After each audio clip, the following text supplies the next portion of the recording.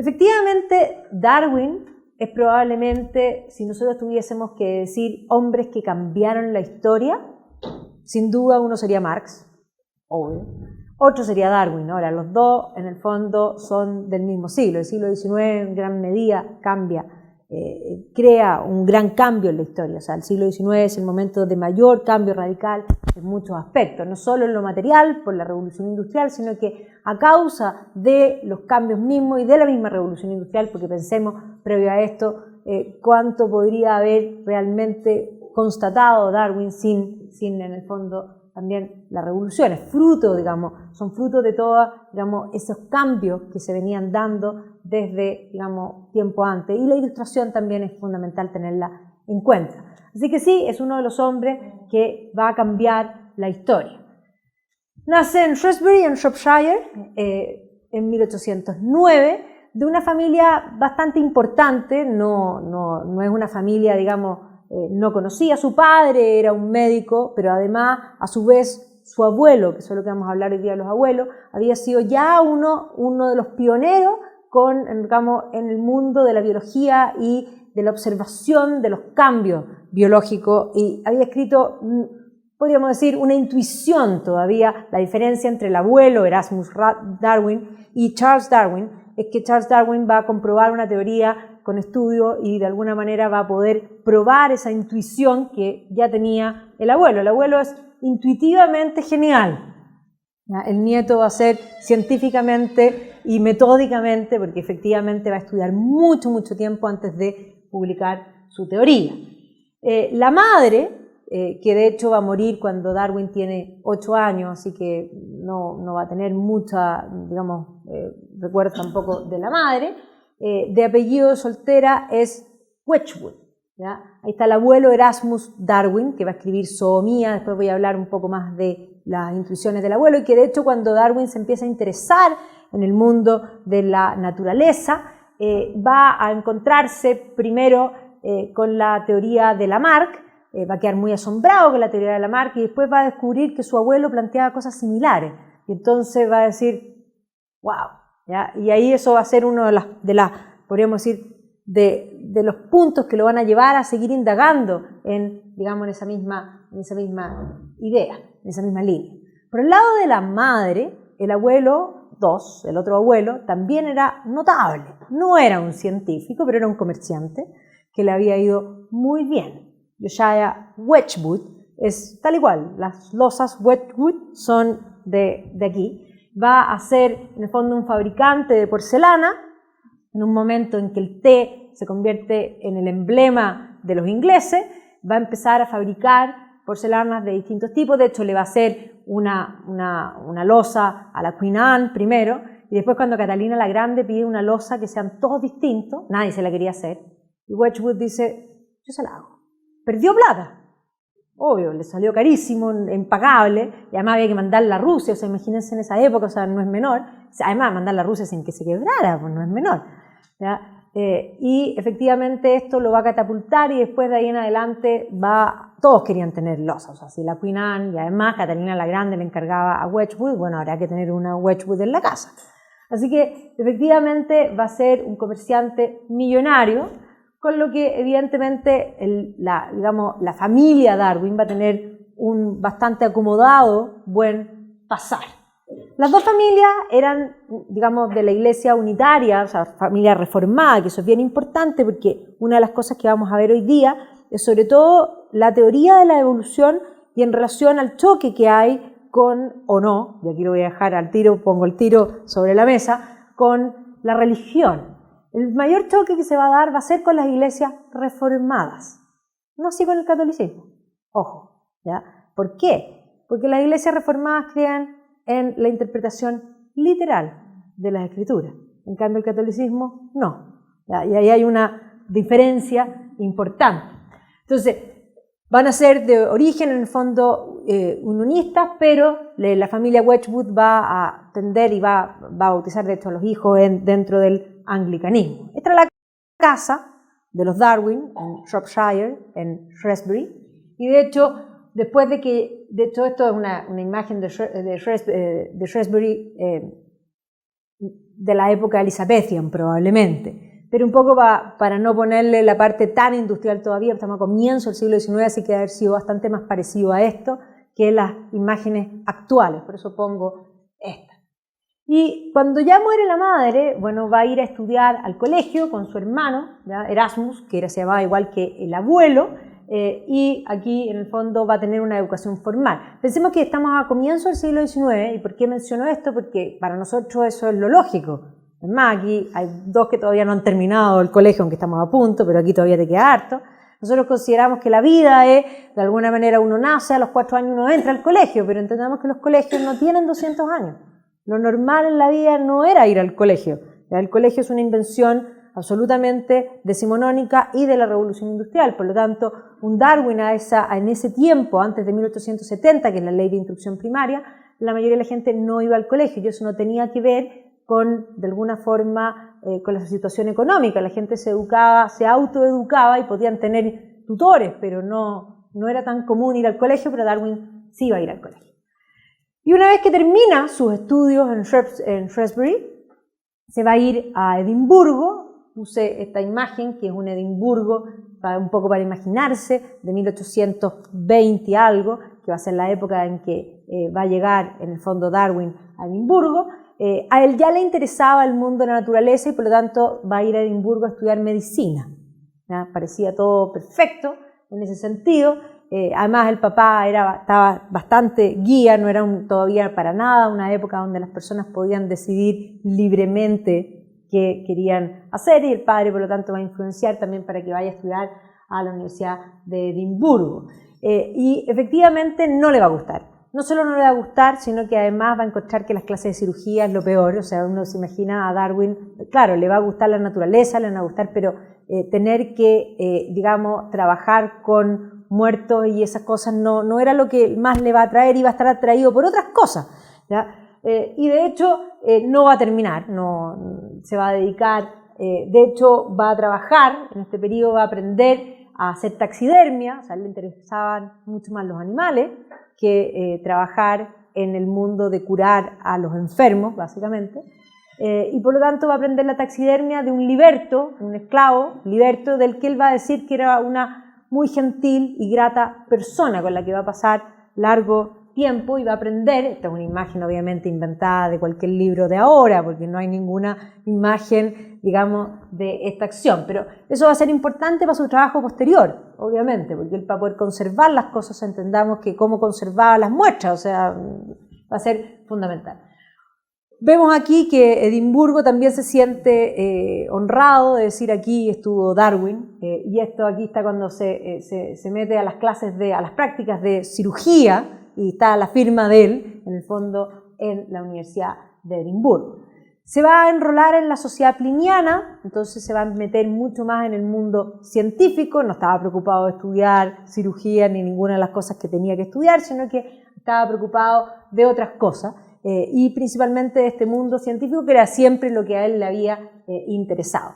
Y aquí se va a empapar por primera vez de las ideas de Lamarck y va a entrar con un entusiasmo profundo cuando conoce las ideas de Lamarck, un poco esta idea de que las especies, ya intuye Lamarck que no son fijas las especies, sino que van produciéndose mutaciones. El gran punto es que Lamarck no sabía exactamente cómo se producían las mutaciones. O sea, de que se producían mutaciones, sí. Y es más, él va a escribir, y esta teoría va a irse popularizando. Posteriormente, ya cuando Darwin escribe, todas estas teorías van a aparecer con mucha más fuerza también, un poco reforzando las ideas de Darwin.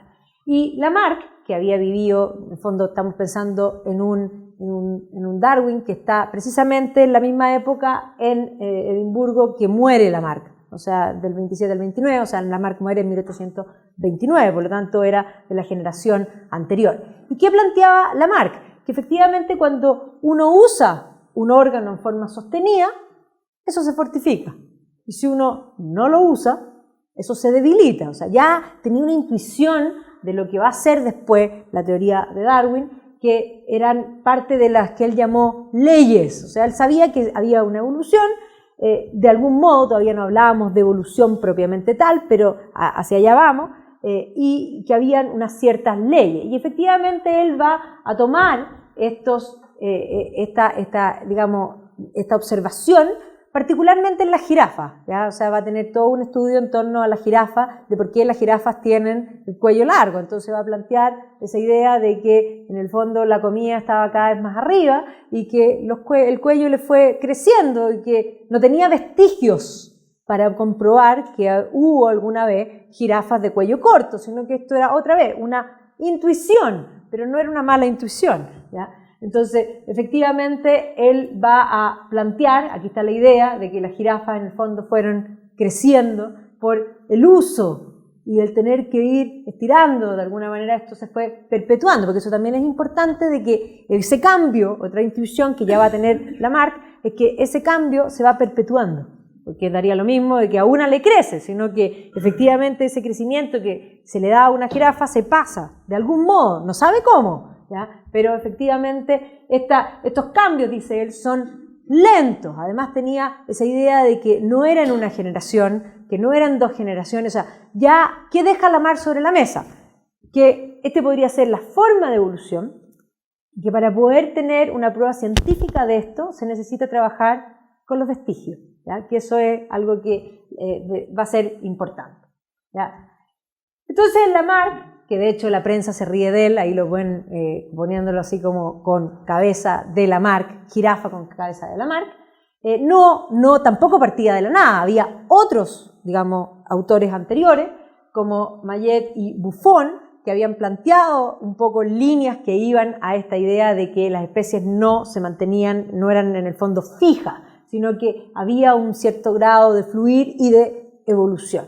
Y este es el abuelo. El abuelo, de hecho, cuando él encuentra a Lamarck, se empieza a meter y empieza a ver de dónde venían esas ideas y de pronto se encuentra que uno de los que aportaba estas ideas era su propio abuelo. Y entonces él dice, ¡wow! ¿Ya? Y lee Zoonomía, que había sido en el fondo sobre las leyes de la vida orgánica. Pero bueno, no siguió con su carrera de médico, no le gustó la cirugía, así que el padre decidió que, bueno, vamos a buscar otra alternativa, ya que no vas a ser médico, entonces tendrías que ser pastor anglicano. Y para poder ser pastor anglicano, tiene que ir primero a estudiar humanidades a la Universidad de Cambridge, así que lo van a traer de vuelta de Escocia, ¿no es cierto?, desde Edimburgo, y va a llegar a la Universidad de Cambridge, se va a enrolar en el Christ Church College, que es uno de los más lindos, de hecho es el college que generalmente, miren aquí el comedor, similar al Christ Church, en el fondo que está en Oxford, que es el que usan para Harry Potter, o sea, ojo, usan para Harry Potter, pero no, copiaron el hall no es el de Cambridge, es el de Oxford, copiaron el hall, pero el hall tiene 2 mesas, y en la película hicieron un hall, y lo hicieron más ancho, le pusieron 3 mesas. ¿Ya? Por lo tanto, cuando dicen, aquí lo grabaron, no, aquí lo copiaron, pero no lo grabaron. ¿Ya? Pero un poco la misma idea que uno se imagina, y aquí también ven que hay 2 mesas. Entonces, efectivamente, aquí va a estudiar, van a ser sus mejores años, esta es la pieza donde vivía, acuérdense que es una familia acomodada, por lo tanto va a vivir fantásticamente.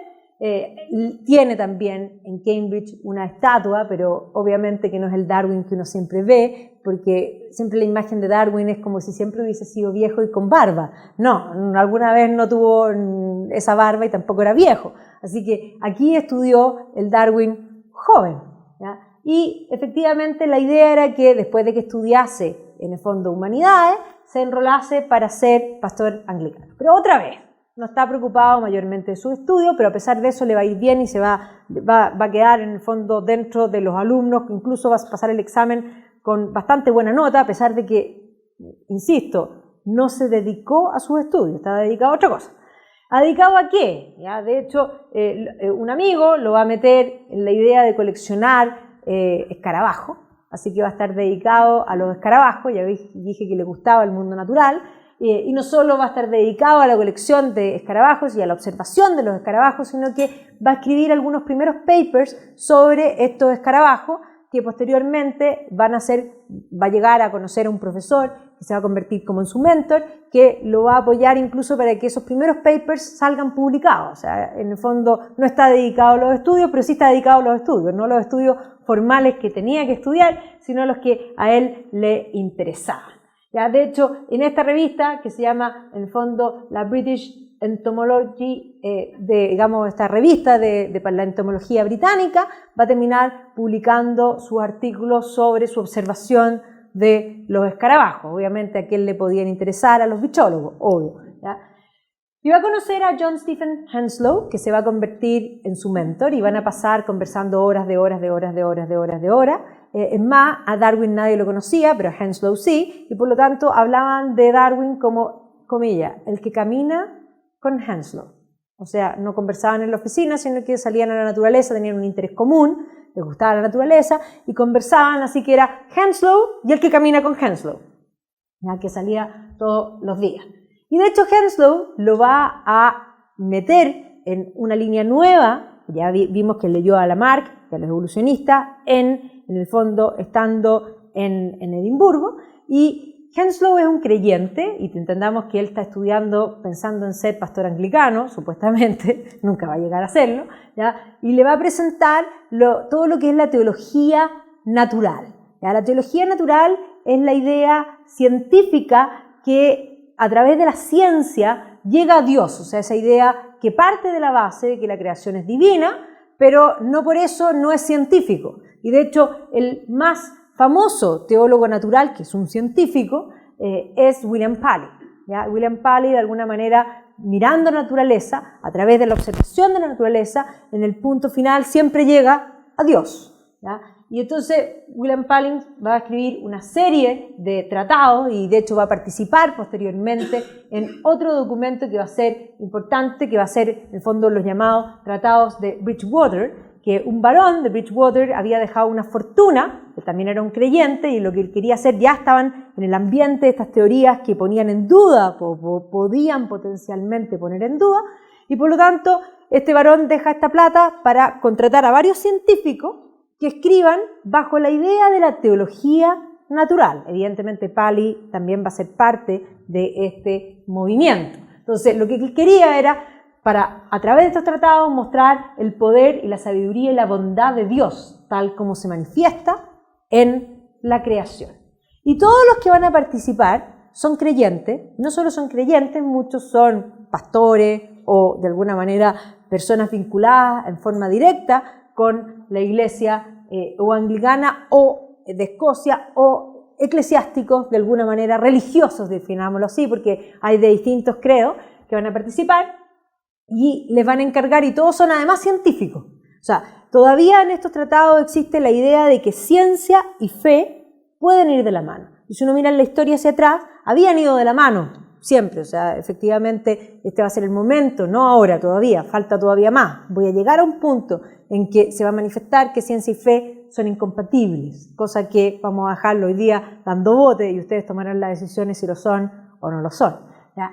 Entonces, por ejemplo, aquí les presento a Thomas Camber, que va a escribir la adaptación de la naturaleza y en el fondo a la moral intelectual. Y aquí él es un matemático, esto es lo que me interesa que vean, que son su origen. Matemático, político, economista, escocés, líder de la Iglesia Libre de Escocia, o sea, un religioso también. No solo él, sino que aquí ven de astronomía.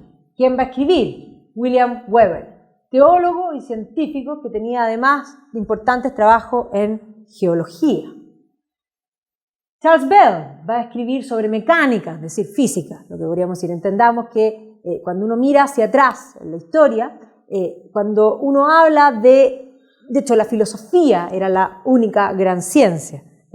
Cuando nosotros decimos la filosofía es la madre de toda la ciencia, es porque efectivamente no solo es la madre, era toda la ciencia. O sea, cuando nosotros pensamos en las ciencias como tal, hoy día separadas, habían sido en la historia siempre parte de la filosofía. Entonces, si nosotros pensamos en un Santo Tomás de Aquino, cuando escribe la Suma Teológica, divide en el fondo los libros y divide los libros jerárquicamente. Los primeros libros son acerca de Dios, los segundos libros son acerca del hombre y los últimos libros son acerca del mundo. Entonces, cuando nosotros hablamos de la metafísica, es lo que está después de la física. Y la física se refiere al cambio, se refiere a lo que nosotros entendemos como física, pero era parte de la filosofía, se lo denominaba filosofía de la naturaleza. Y por eso estos son teólogos naturales, o sea, son todos científicos y teólogos. Entonces, este va a ser anatomista, cirujano, fisiólogo y teólogo. Sobre los animales y los vegetales, también va a escribir aquí, siempre en referencia a la teología natural. Peter Mark es médico, físico, matemático, filólogo, teólogo, inglés. Esta gente sabía cantidad de muchas cosas, definitivamente. Y de hecho él es de los primeros que desarrolla la idea de que si yo muestro una imagen o copio una imagen, en el fondo en varias posiciones y la paso rápido, se puede ver animado. O sea, de hecho se le considera como el primer gestor de esa idea. De mineralogía va a escribir este naturalista, geólogo, paleontólogo, y que de hecho fue el primero que hizo una descripción completa de un dinosaurio. O sea, estos eran científicos. Este es el más increíble de todo porque además es como el más famoso de todo el grupo, ¿ya? Que va a ser William Kirby, que es el fundador de la entomología. O sea, cuando Darwin publica en la revista de entomología, o sea, Kirby era, es decir, y acuérdense de un Darwin que le interesan los escarabajos, o sea, Kirby era, pero impresionante. Y Kirby había escrito muchísimo sobre las abejas y evidentemente que como teólogo natural, observando el mundo de las abejas y la perfección del panal, no podía sino entender que detrás de eso había un plan divino y eso se llama Dios. O sea, esa es un poco la idea. La perfección es la que lleva a Dios. Lo mismo que podríamos pensar, estamos en una época que es equivalente a el comienzo del romanticismo. Si nosotros pensamos en los llamados románticos de la luz, Wordsworth, Coleridge, observan la naturaleza y desde la naturaleza y desde la belleza, que es otra cosa, aquí desde la perfección, podríamos decir científica propiamente tal, desde la belleza llegan a Dios. ¿Ya? Pero esas mismas fuerzas que nosotros vemos en el romanticismo de la luz, Wordsworth y Coleridge, va a empezar a enfrentarse a otra fuerza que son los que se llaman los romanticismos de oscuridad y que son, en el fondo, Byron, Keats, Shelley, que se definen ateos. ¿Ya? Por eso esa misma fuerza que están jugando en el arte son las mismas fuerzas que van a empezar a jugar en el mundo científico. Entonces, Kirby era el autor, en el fondo, él dice que el autor de la escritura es también el autor de la naturaleza.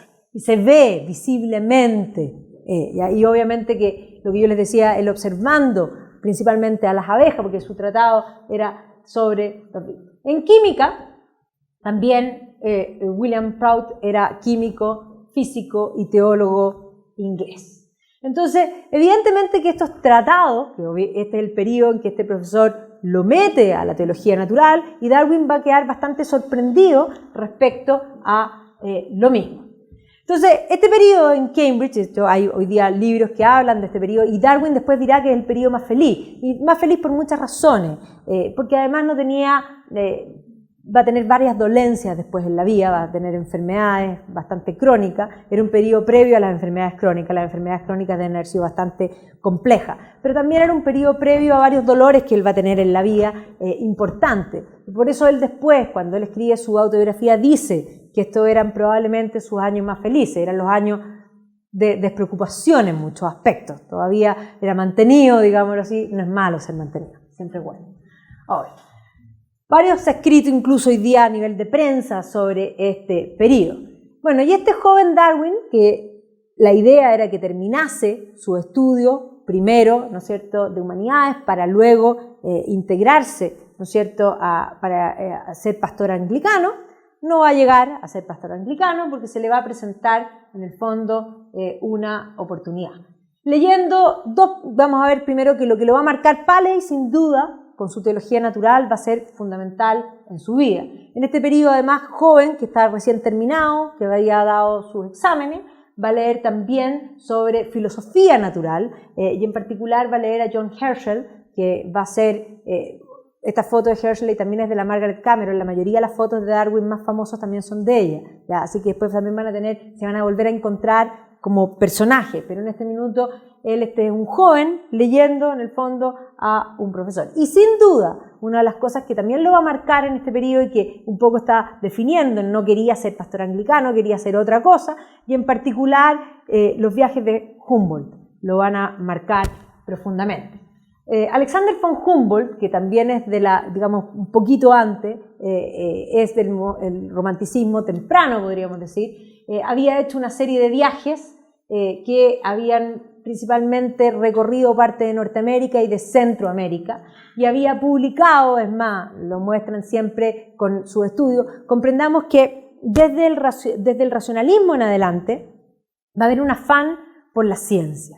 La ciencia es lo más importante. El hombre, ¿por qué es lo más importante? Porque simplemente el racionalismo lo que hace es dar vuelta a la visión de mundo. Yo les dije que efectivamente la ciencia y fe siempre habían ido de la mano. Cuando Occidente se crea, Occidente cree que la verdad existe y que se puede alcanzar. Y no solamente cree eso, sino que Occidente toma esa idea que viene de los griegos, toma la estructura del mundo germano, y toma también el cristianismo y nace el concepto de la cristiandad. Entonces, durante todo el periodo que nosotros llamamos Edad Media, Occidente cree que Dios es lo más importante, el hombre es lo segundo y el mundo es lo tercero.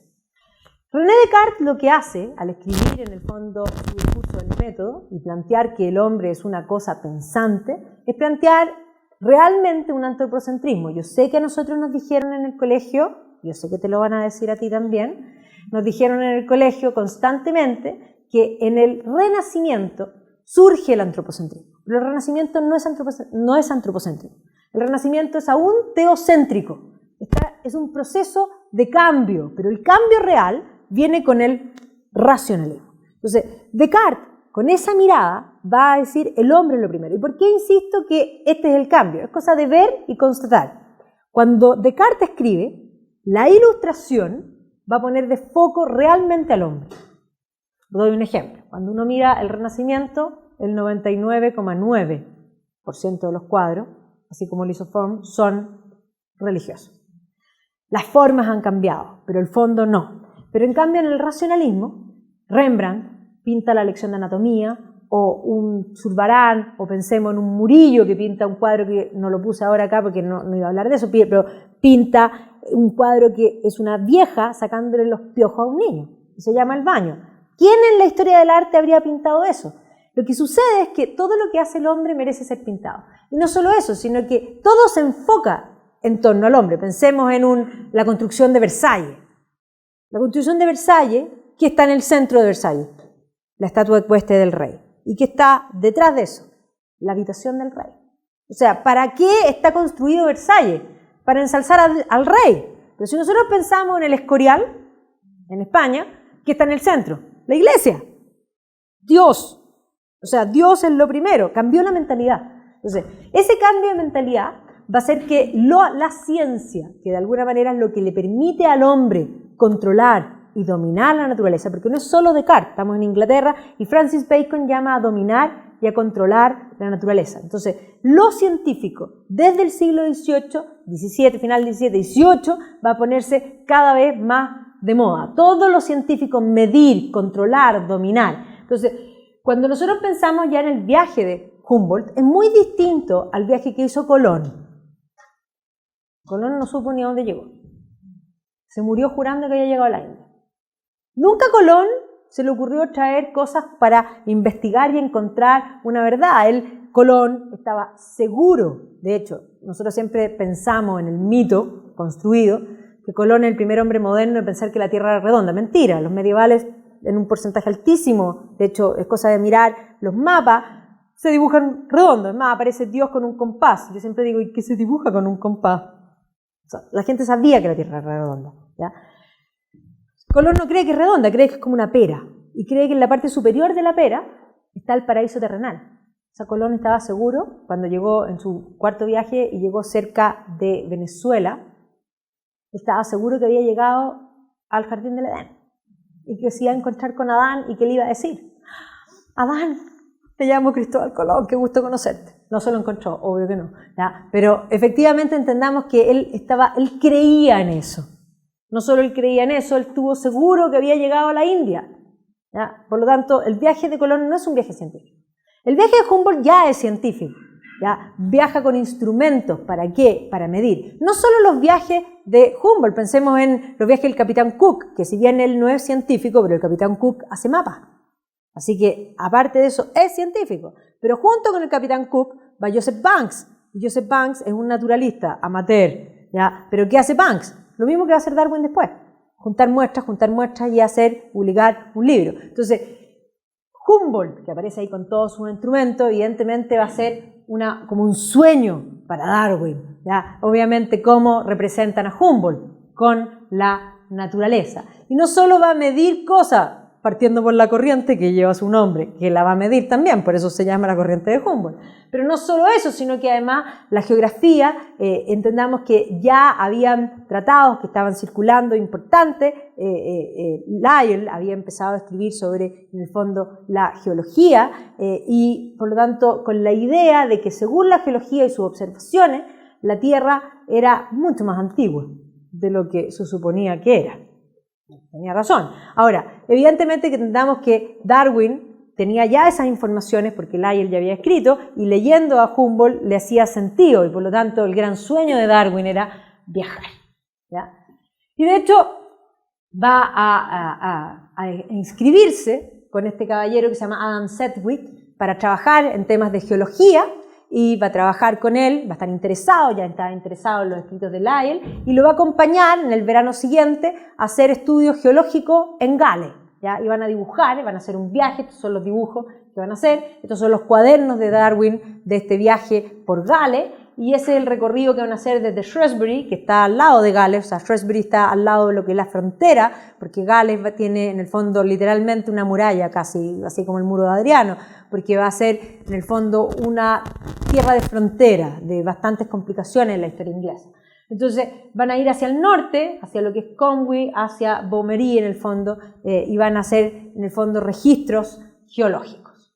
Y cuando vuelve de su viaje de vacaciones, o sea, eran las vacaciones de verano, las dedica a trabajar en geología, el profesor Henslow, que era en el fondo su mentor, que aquí este libro dice, Darwin's mentor, John Stephen Henslow, le va a decir, te tengo justo algo para ti. Le va a contar que el capitán Fitzroy necesita un naturalista, más que todo, más que un naturalista, necesita un compañero de a bordo, eso es lo que necesitaba, porque podía no ser un naturalista. Entonces, con que fueses amateur, porque en este minuto Darwin todavía no era en el fondo profesional, era suficiente. Entonces Darwin va a ir entusiasmadísimo a hablar con su papá se va a negar, va a decir no, por ningún motivo. Y va a ser, en el fondo, el tío, un tío Wedgwood, el que convence al padre de que lo autorice a ir. No era menor, porque era autorizar al hijo a ir. Entendamos que el viaje iba a durar, y de hecho duró 5 años.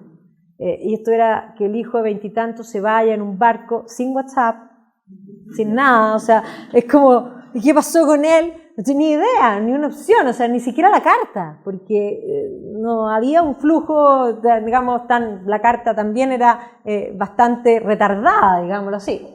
Entonces no era tan simple, pero el tío Wedgwood va a convencer al padre y finalmente se va a embarcar en el Beagle. De hecho, cuando ya lo autorizan, va a subirse al Beagle a verlo, va a quedar muy impresionado con que la cabina que le toca es enana.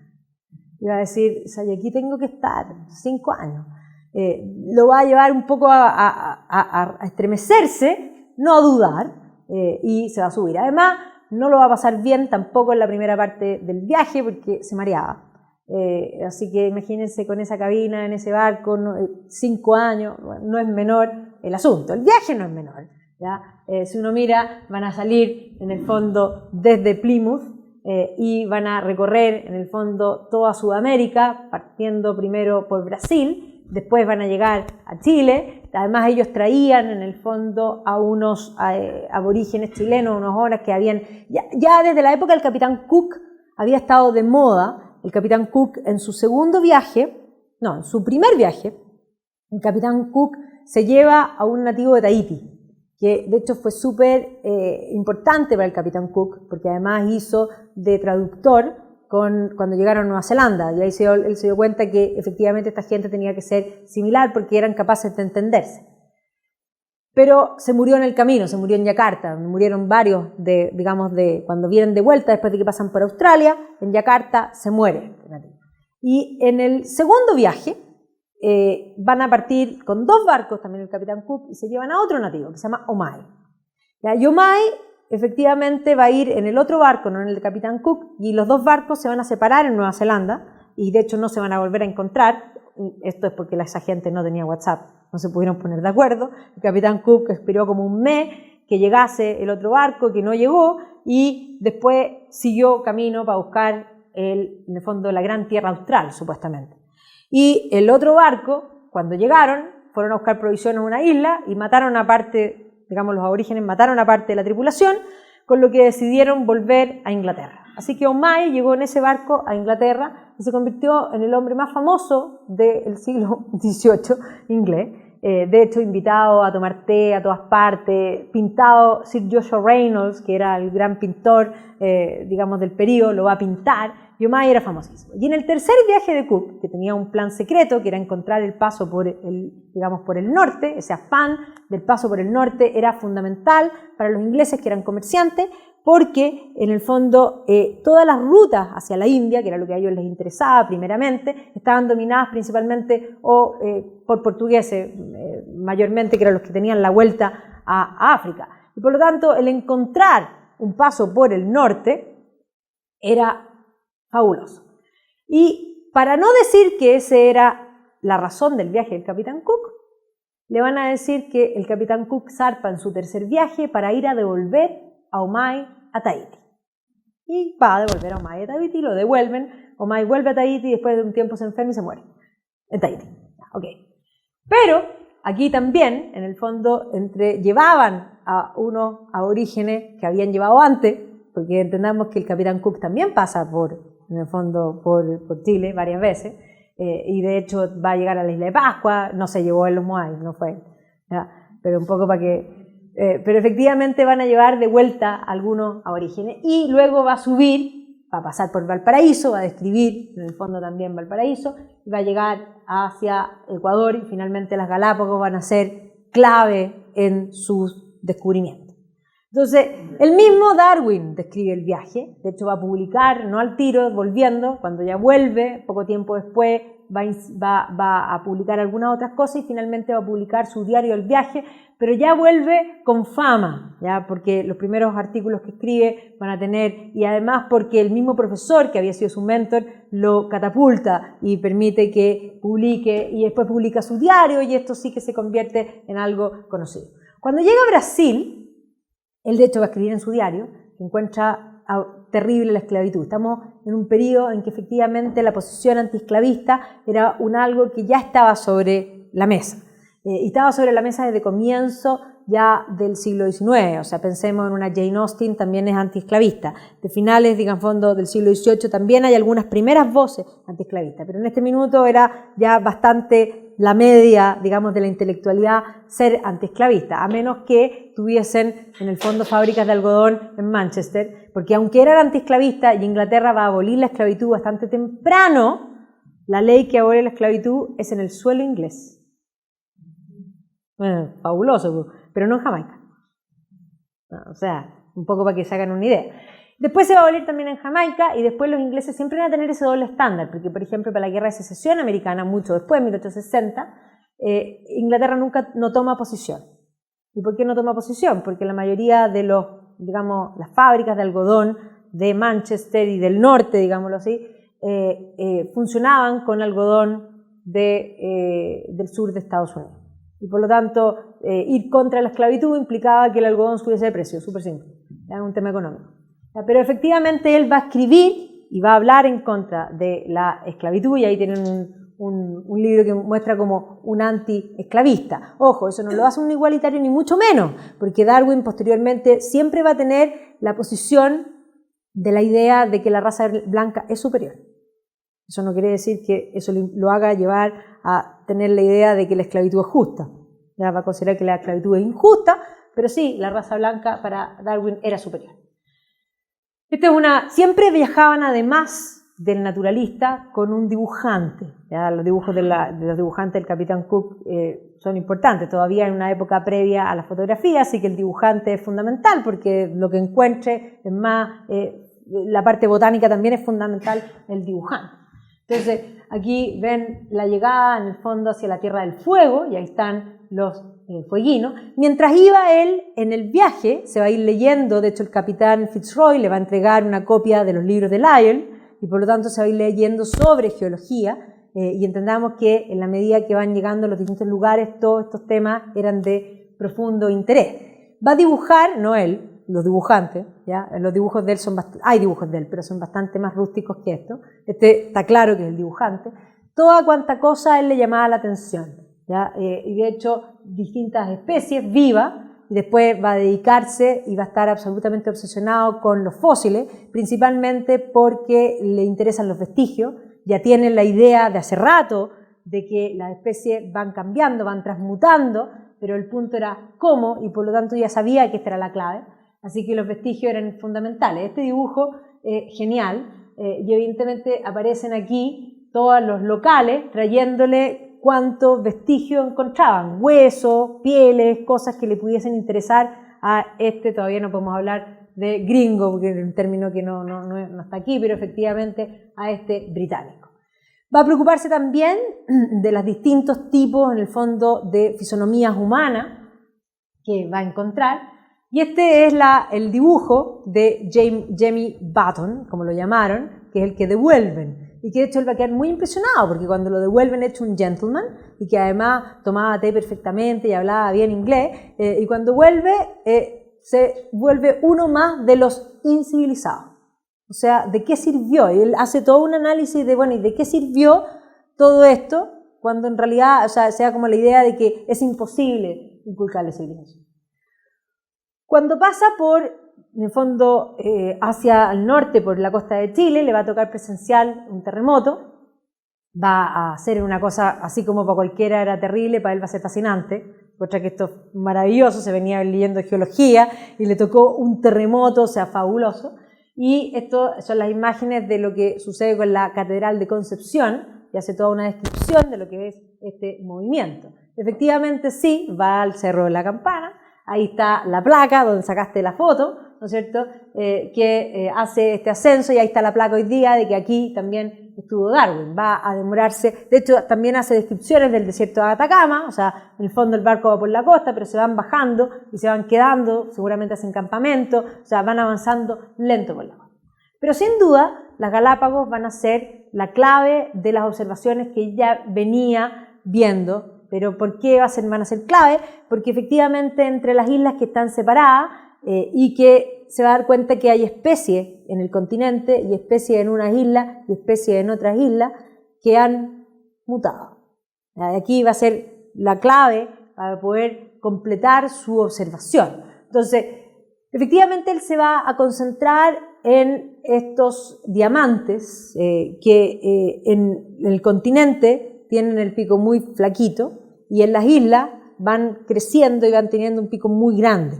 ¿Ya? Y él primero va a pensar que se está hablando en el fondo definitivamente de otros pájaros, pero él ya empieza a ver que no, que son distintas ya especies, no son distintos tipos, sino que han mutado definitivamente. Entonces, no solo eso, las iguanas no nadan, bueno, las Galápagos sí, no solo nadan, tienen membranas, o sea, todo ese tipo de cosas van a ser las observaciones que él. Ahí están los dibujos, o sea, efectivamente estos son los mismos, estos también son los mismos, o más bien originalmente eran los mismos, ahora son distintos, ahora son dos especies diferentes, pero en algunos momentos fueron los mismos. Entonces, de alguna forma, él va a hacerse la idea, ya lo voy a hacer volver, de que la idea de Lamarck, de que el cambio en el ambiente, el que genera el cambio, esa idea de que el medio hace el órgano es lo que va a tomar Darwin y que ya va a poder empezar a juntar material. Todavía no ha escrito ni un libro, ¿ya? Todavía en el fondo ha traído un montón de material, va a volver, va a hablar con Henslow y Henslow lo va a catapultar. No solo eso, sino que le va a conseguir para que le va a presentar a otros profesores para que busquen un lugar, piensen en la cantidad de cosas que traía, ahora no traía tantas como hubiese querido porque en el barco no cabían más, ¿ya? Pero trajo todo lo que pudo, pero había que catalogar toda esa cantidad de cosas y armarla. Y por lo tanto, además va a conocer a Lyell, que se lo había ido leyendo todo el camino y que además había hecho observaciones geológicas, sobre todo en los desiertos, pero no solamente en los desiertos. En los desiertos es súper fácil hacerlas porque uno lo ve en forma inmediata. O sea, efectivamente, si a uno en San Pedro de Atacama no le interesa la geología en ese minuto, no te va a interesar nunca. Es más, o sea, en San Pedro uno ve efectivamente las capas. Y por eso digo que no solo en los desiertos, pero específicamente en los desiertos. Se va a conocer a Lyell, que ya era famoso, y ahí está compartiendo un poco las observaciones y sus ideas. Le van a presentar a Richard Owen, que tenía, en el fondo, trabajaba, tenía instalaciones en el fondo en el Colegio Real de los Cirujanos, que le va a prestar un espacio para que puedan, y para trabajar con él también, para poder catalogar todas las cosas que trajo. Y en este trabajo van a armar los vestigios de los huesos que había traído, que además trajo cosas que estaban enteras, ¿ya? Aquí, por ejemplo, este perezoso gigante, los que ven la era del hielo, el perezoso, tal y cual, este es un perezoso gigante, ¿ya? Un perezoso gigante que lo van a armar y que hoy día está exhibido en, obviamente, el Natural History Museum. Aquí también un nombre complejo, Celicdotherium leptocephalum. Ahora, todos estos nombres son los que ponen después de la ilustración, porque entendamos que eso los nativos, o alguna vez alguien le llamó de otro modo. Esto ponerle nombre en latín a todas las cosas va a ser propio de este control y dominio de la naturaleza. Y así montones de vestigios más que va a traer, esto es la cabeza de un Glyptodonon, ¿ya? Que también lo va a traer. Va a escribir sobre sus observaciones en la cordillera de los Andes. De hecho, va Lyell, que ya lo había conocido, le va a permitir, lo va a ayudar para que publique, así que de hecho lo va a leer él, de hecho, este estudio de Darwin frente a la comunidad científica, con lo que el nombre de Darwin va a empezar a ser ya conocido. Y aquí es donde el papá ya se convence, dice, ya bueno, ya, que viva de esto. Es más, le pasa hasta plata. ¿Ya? Le pasa hasta plata para que se instale como en el fondo, naturalista, que era, en el fondo, lo que ya era. Va a pasar a ser miembro de la Sociedad Geográfica en este primer periodo y finalmente su mentor lo convence para que escriba sobre el viaje. Así que va a publicar, en el fondo, su libro sobre el viaje, que va a ser algo famoso, que lo va a leer mucha gente y que va a hacer que el nombre de Darwin ya sea algo totalmente conocido. Él ya estaba convencido que esto es lo que sucedía, ¿ya? Que las especies mutaban de una original, se iban generando mutuaciones y se iban generando ramas de, en el fondo, nuevas especies. Era esto. O sea, la idea de los pájaros en las Galápagos fueron la clave, sin lugar a duda, de esto. Y es más, comienza a publicar primero algunos pequeños ensayos, todavía no va a hablar ni una palabra de su teoría completa porque él tiene que estudiar, tiene que observar, tiene que trabajar, él es metódico, se va a demorar 20 años, de hecho, en publicar algo. ¿Ya? Por eso le digo que no publica solamente algunos fragmentos de otras cosas, de geología, de otras cosas, pero no la evolución propiamente tal. Pero sí va a ser en 1839 electo miembro de la Royal Society. Así que aquí ya el papá está convencido de que, ya bueno, ya, no fue doctor, no fue pastor, será naturalista. ¿Ya? Es más, va a ir a Shrewsbury a ver a la familia y se va a encontrar con una prima que era mayor que él, que cuidaba a una tía, y va a empezar a cortejarla y finalmente se va a casar con Emma Wedgwood. Así que podríamos decir, Darwin Wedgwood. O sea, no es, los ingleses no, la mamá se puso apellido Darwin, pero efectivamente, si nosotros lo lleváramos a Chile, él habría sido Darwin Wedgwood y se va a casar con una Wedgwood. Así que, en el fondo, relacionado doblemente. Y se van a casar en la iglesia anglicana, así que tenemos un Darwin que todavía está en la vereda y siempre va a estar. Lo que pasa es que después se va a enojar, particularmente con Dios en lo particular, por razones personales importantes. Se van a ir a vivir a esta casa, a Down House, donde, bastante linda la casa, que hoy día es el museo, en el fondo, de Darwin.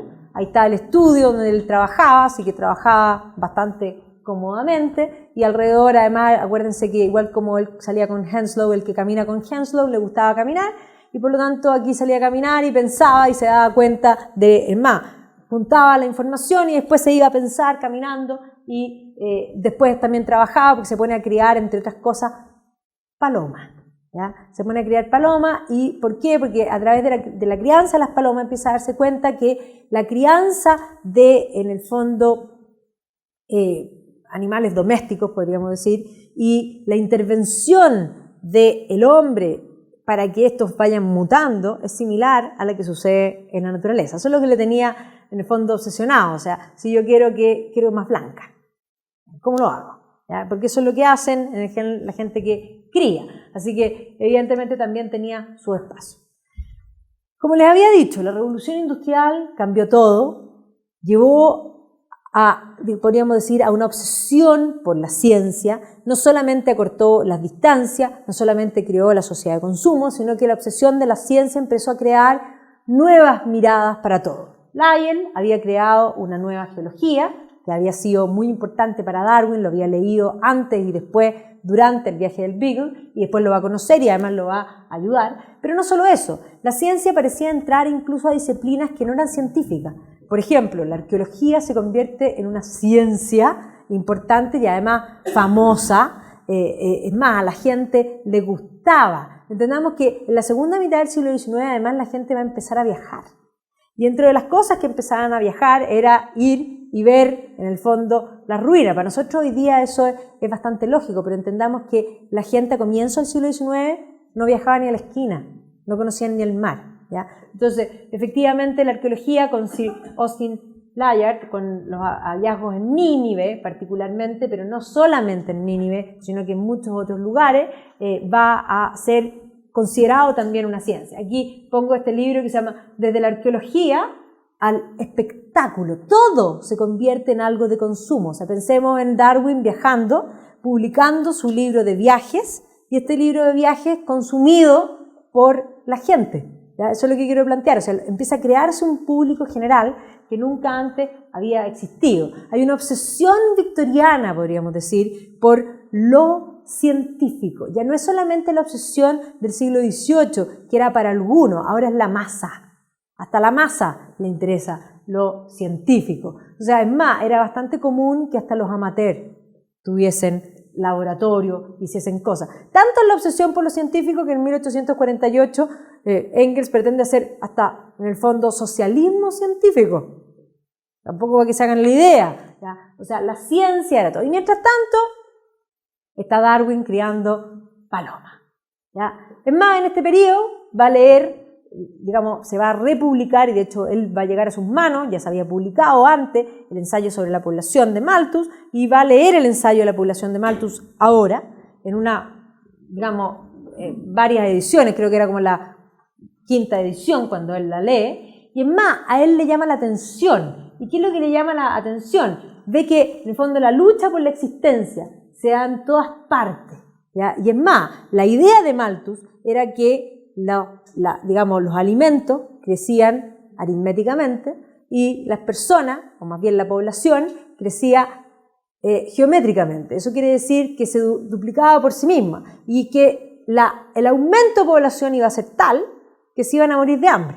Y por lo tanto, todavía no lo hemos aplicado, porque todavía falta todavía que Darwin escriba y publique, para que a esa idea de la sobrepoblación se le cruce la teoría de la evolución. ¿Ya? Pero Darwin ya se da cuenta que incluso, en el fondo, las variaciones favorables van a ser preservadas y las desfavorables van a ser destruidas. O sea, él ya lo ve que hay un sentido. Y es más, ya está con la idea bien clara, y de hecho en 1844 va a comentar con un botánico que es amigo de él, que se llama Joseph Dalton, y le dice, es lo que está. Dice, ¿sabes qué? Estoy pensando esto. Y es más, le dice, me siento tal y cual, como confesarme culpable de asesinato. O sea, esto que estoy pensando va a dejarla embarrada. O sea, pero efectivamente lo estoy pensando, y no solo lo estoy pensando, lo estoy comprobando. Pero es 1844 todavía.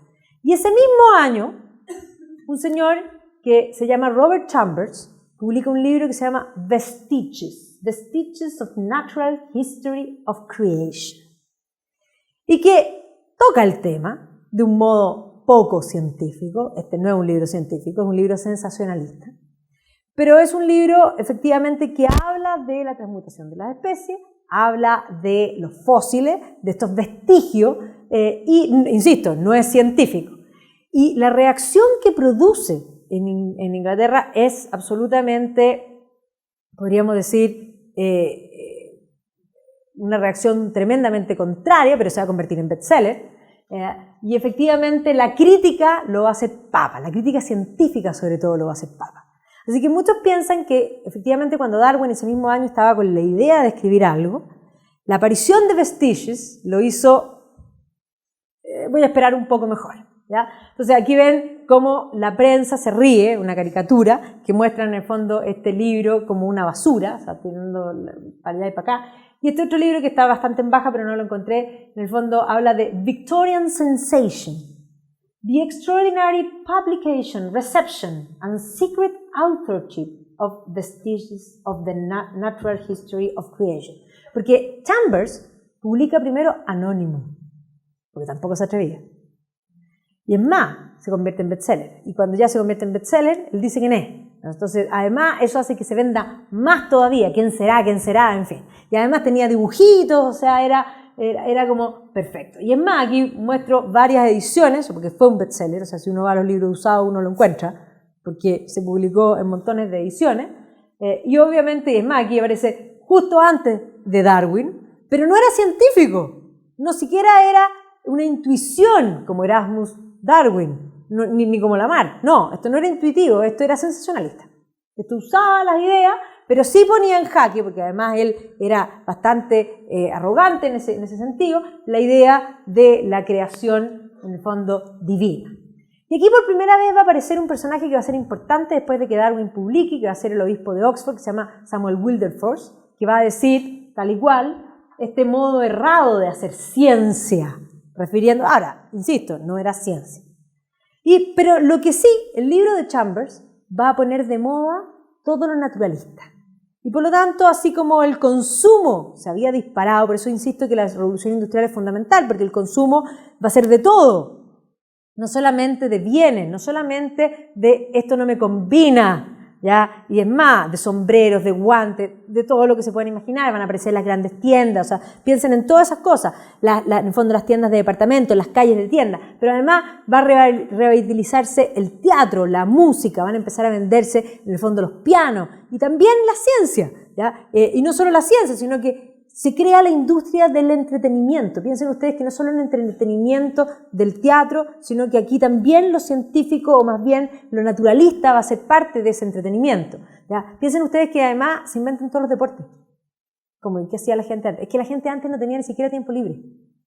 ¿Por qué no tenían tiempo libre? Porque, es más, con la revolución industrial va a venir la cuestión social, y con la cuestión social va a venir la legislación, y con la legislación van a surgir por primera vez las vacaciones pagadas, los horarios de trabajo, o sea, el tiempo libre no existía, era el tiempo entero ocupado. Entonces, con el tiempo libre, dentro de las atracciones, van a aparecer por primera vez la idea de tener colecciones de animales, de plantas, van a estar tremendamente de moda el concepto del zoológico, que evidentemente hoy día está en cuestión, los circos, o sea, piensen en todo este entretenimiento, es porque hay una demanda que busca qué hacer en el tiempo libre. Por lo tanto, cada vez más lo natural, y además agreguémosle que efectivamente el contacto, primero a través del comercio y luego en la segunda mitad del siglo XIX ya con el imperio formal, con el mundo exótico, o sea, con la cantidad de animales, o sea, traerse jirafas no era nada difícil, pues, o sea, África entera estaba, o gran medida, o gran parte de África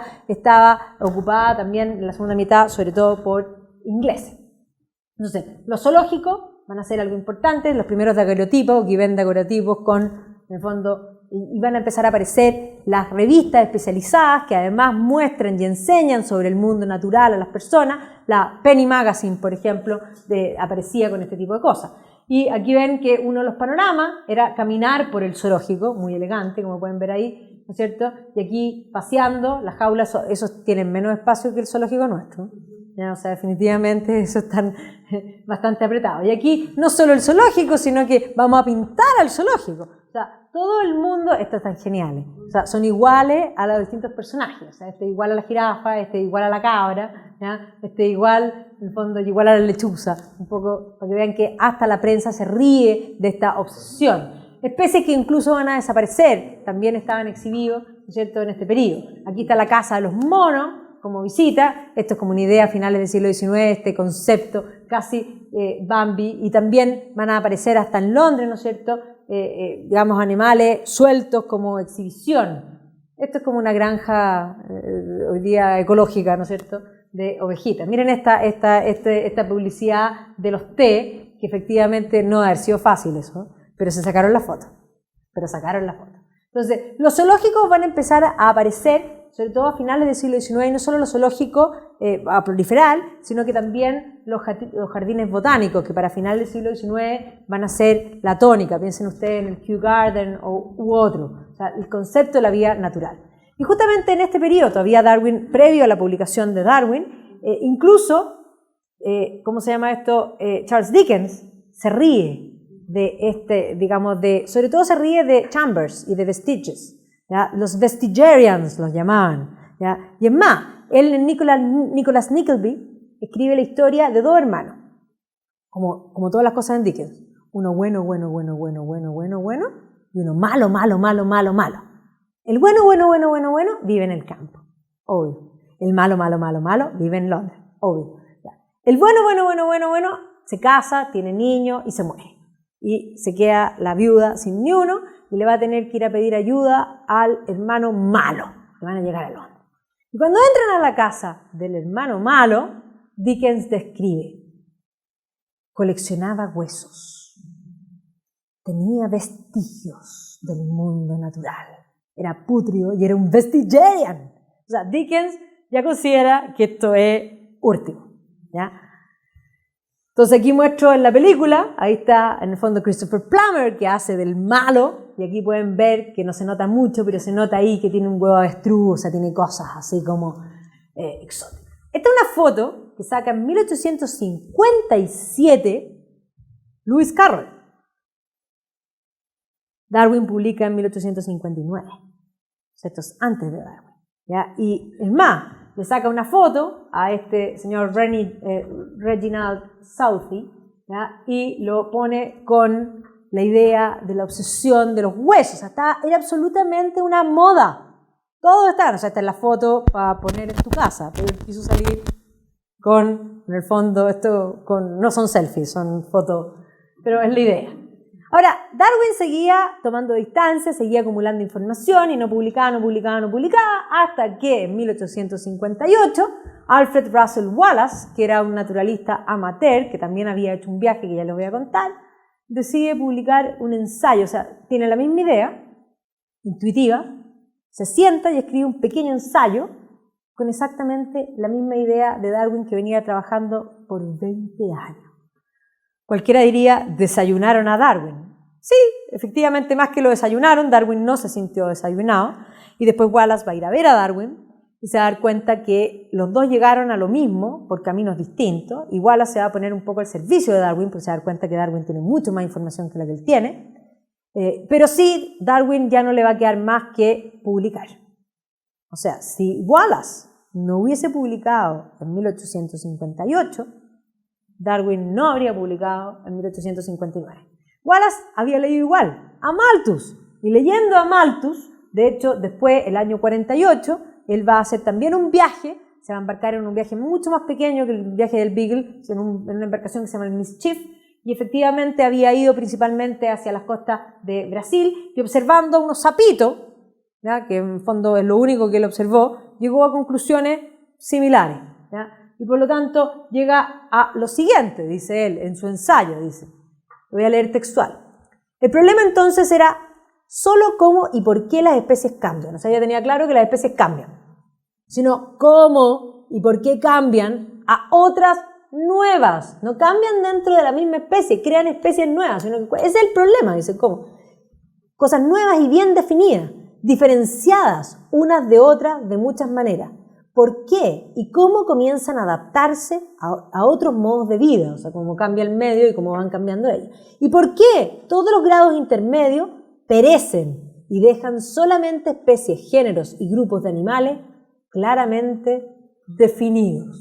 ¿No? Lo escribe él en un ensayo, así que se sentó una noche, escribió y publicó. Y es más, aquí dice, de alguna manera, dice que aquello, dice, es súper simple, esto sucede porque si no sucediese esto, dice él, que algunos perecen, el mundo estaría lleno de aquellos que se reproducen más rápido. Pero no es así, dice él. Entonces dice, tal y cual, ¿por qué algunos mueren y otros sobreviven? Y la respuesta dice, Clara dice, el más adaptado sobrevive. O sea, que hay conceptos que va a usar Darwin, por supuesto, después. Esto en 1858, y obviamente pensó la teoría y se dio cuenta de que los dos habían pensado la teoría por caminos distintos, pero sí, en 1859 Darwin no le queda más, primero iba a publicar unos pequeños ensayos, después dijo, no, voy a escribir un libro, no lo largo que él quería, porque él iba a hacer una cosa mayor, pero ya tenía que publicar, porque si no ya iba a quedar en el fondo como que Wallace era el dueño también de la teoría, si esto también es complicado. Y por lo tanto, en 1859, a pesar de todos los resquemores que él tenía, en particular con su mujer, porque su mujer, él sabía que esto iba a causar problemas, ya los Vestigerians habían sido bastante atacados, y por lo tanto esto le iba a causar problemas también personales, no menor. Wallace de hecho se puso al lado y consideró que Darwin tenía la teoría mucho más desarrollada que él, pero él después va a completar en 1870, un libro que se va a llamar Las contribuciones a la teoría de la selección natural, diciendo Darwin primero, yo segundo. Va a ser publicada el 24 de noviembre de 1859. Inmediatamente van a empezar a aparecer los reviews. Owen, que era el que le había prestado las salas para juntar los huesos después del viaje, ¿se acuerdan? Bueno, va a escribir en el Edinburgh Review, hablando maravillas del libro. El obispo Wilberforce de Oxford también va a escribir, no mal, ojo, en el Quarterly Review, que también era un científico el obispo Wilberforce.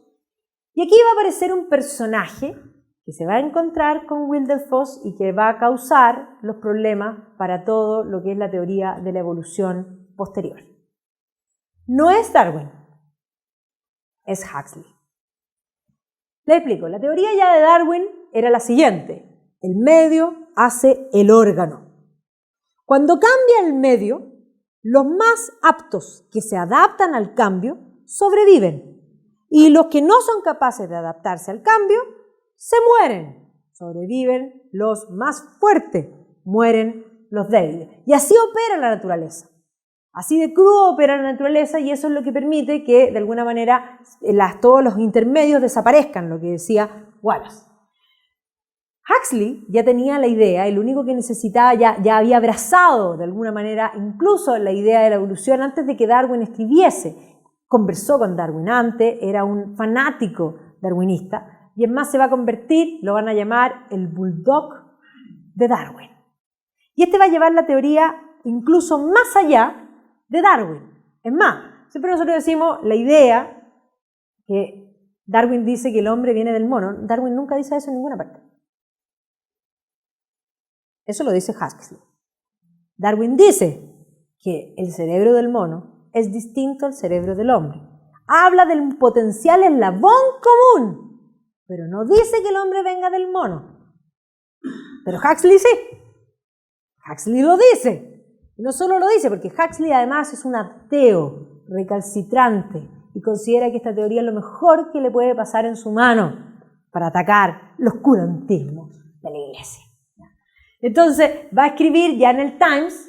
Esto lo publican en noviembre, en diciembre, por favor miren esa página del Times. O sea, qué agotador leer eso, ¿o no? Terrible. O sea, no tiene ni un respiro eso. Bueno, ahí va a publicar efectivamente y obviamente que se va a enfocar en su ataque contra la Iglesia, agnosticismo y cristianismo y otros ensayos y va a empezar a enseñar rápidamente la evolución con además sus licencias personales y propias. Es más, dentro de la Iglesia van a haber algunos reverendos que van a estar a favor de la teoría de Darwin, como este reverendo Baden-Powell, que lo va a abrazar, y es más, va a considerar que el volumen de Darwin es fabuloso, ¿ya? Y que efectivamente muestra los poderes de la naturaleza. Y no niega el poder divino, porque bueno, ¿Dios creó todo en acto o Dios puede haber dejado potencia? Y ahí viene la gran pregunta. Obviamente que esto va a haber complicado a la familia, en el fondo la señora sí era, ya dije que era una familia unionista y que habían en el fondo eran anglicanos y por lo tanto, pero anglicanos más de la baja iglesia porque eran unionistas del primero, en el fondo no eran, porque dentro de la iglesia anglicana existen matices, existe lo que se llama la alta iglesia, que se autodenominan Anglo-Catholics, y la baja iglesia, que son lo que se llama la Low Church. Y los Anglo-Catholics son bastante cercanos al catolicismo. Creen en los 7 sacramentos, en el fondo creen en la Virgen, creen en los santos, no creen en la transubstanciación, creen en una cosa similar que se llama la semisimilar, no es igual, es distinto, la consubstanciación, y lo que no creen es en Roma. No obedecen a Roma, la cabeza de la iglesia es el rey. Pero a este otro lado son absolutamente reformados. O sea, aquí todavía podríamos decir creen en cierta forma en el libre albedrío, pero aquí no, ¿ya? Y aquí podríamos decir, aunque de alguna manera están estos matices, en este lado son mucho más rígidos. Todos van a quedar debajo del Common Prayer y todos van a quedar debajo de lo que va a ser después la Biblia de James, ¿ya? La Biblia unitaria y por lo tanto sin letra chica, con libre interpretación, ¿ya? Entonces, evidentemente que y en el caso de la familia de los Wedgwood, que venían de los unionistas, digamos como la iglesia unitaria, como parte, eran más de este lado que de acá, dentro de los anglicanos. Así que esto sí va a ser un problema. Además, ellos van a tener 10 hijos. Una niñita se va a morir, ahí están toda la familia Darwin, ¿ya? Todos los Darwin. Una niñita se va a morir y efectivamente eso además va a complicar la relación del propio Darwin con Dios. Él se va a enojar de ahí en adelante no va a ser practicante. Eso va a ser una complicación con su mujer, que evidentemente va a considerar que esta teoría ataca, así que se pueden imaginar que esto tampoco era fácil, y probablemente una de las razones por las que Darwin no publicaba, probablemente la razón más fuerte, aparte de Steve, que sí, puede haber sido algo importante, Chambers, era toda la relación con su mujer. Ahí está la niñita en el fondo que se le va a morir. Aquí en la película que se llama Creation aparece con todos los niños y una de las cosas que se enfoca la película es la muerte de Annie Hall. Evidentemente que con las teorías de Huxley, que van a empezar a llevar la teoría de Darwin mucho más al extremo, van a empezar a aparecer las primeras, después, estas son caricaturas posteriores, pero las primeras caricaturas un poco atacando a la teoría y a Darwin en particular, no necesariamente a Huxley. Entendamos que dentro de la Iglesia católica la evolución cabe.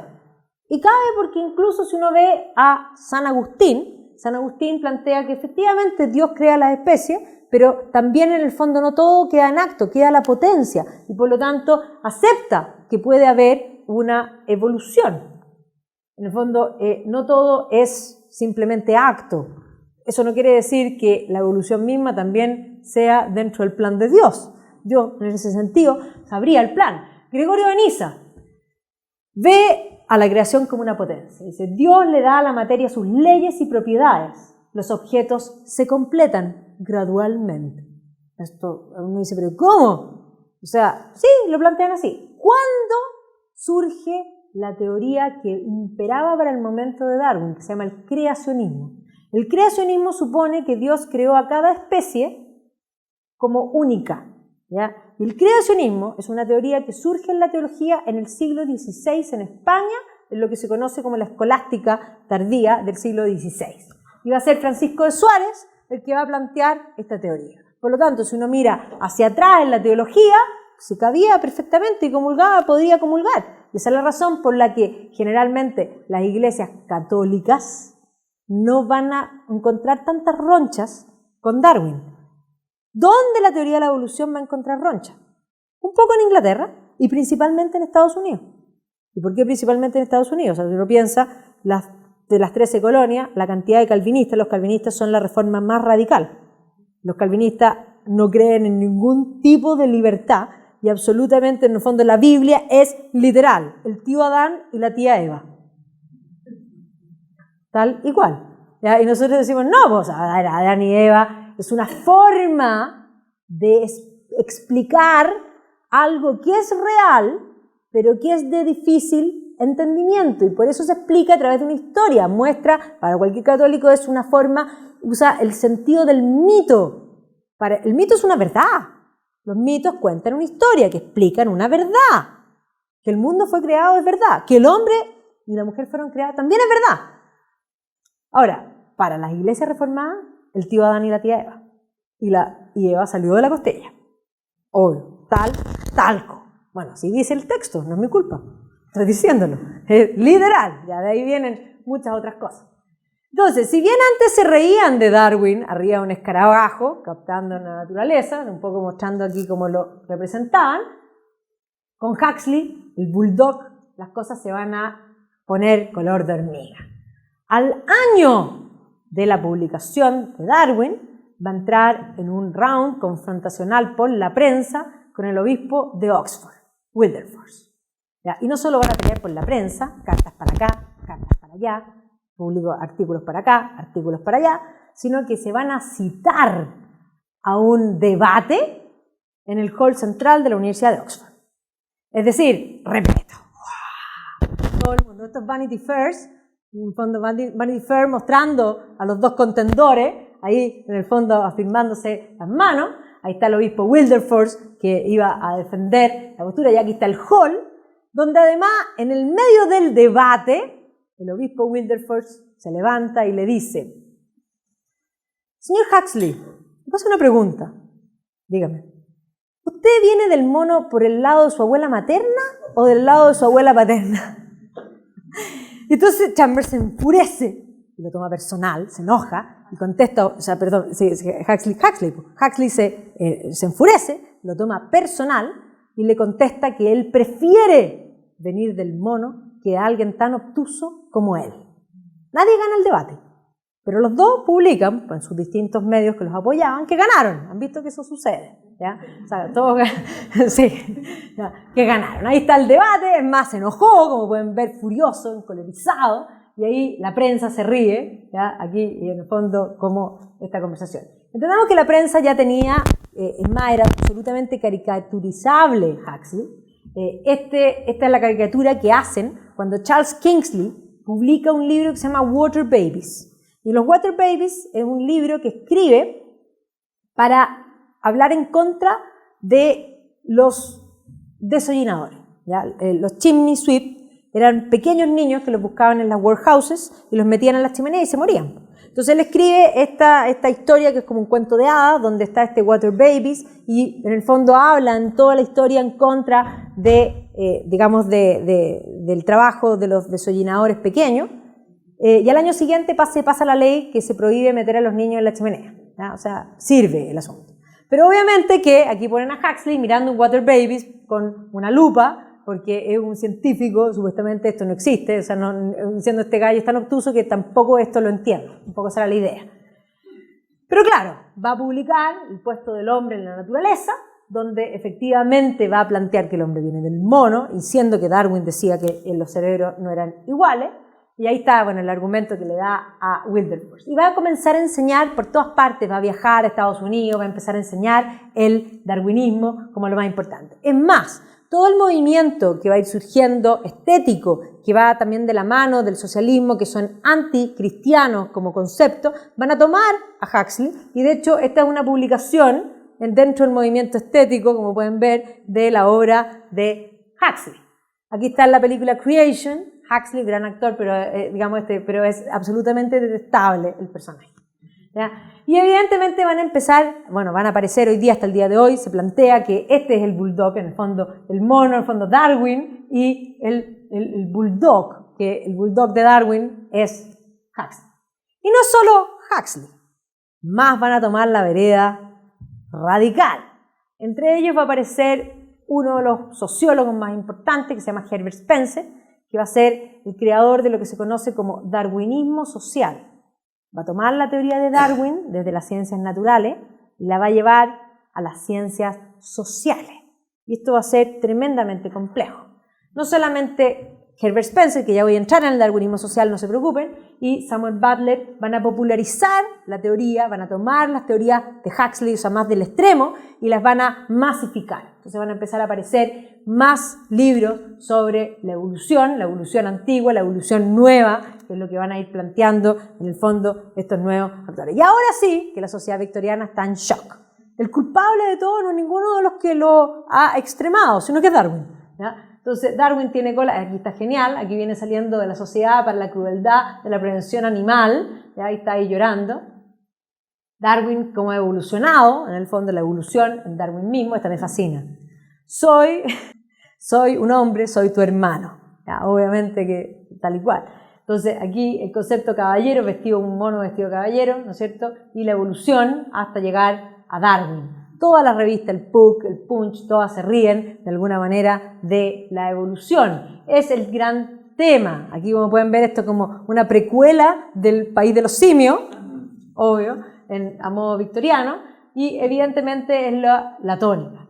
Ahora, Darwin se codea con los grandes de la época. Esta foto que es una tarjeta de Navidad, pero aquí sí que hay una cantidad de intelectos no menores. Aquí está Stuart Mill. Aquí está, si no me equivoco, Kingsley, este es Charles Kingsley, ahí está Herbert Spencer, aquí está John Ruskin, y está Darwin, y este me falta que es Charles Lamb. O sea, aquí la cantidad de neuronas para la foto, una cosa impresionante, ¿ya? La tarjeta de Pascua. Pero efectivamente el que va a llevar como la cola, la cabeza del león, va a ser Herbert Spencer. Y Herbert Spencer va a entrar en la idea de que el ser humano es una especie más, que también evoluciona. Y acuérdense cómo se evoluciona.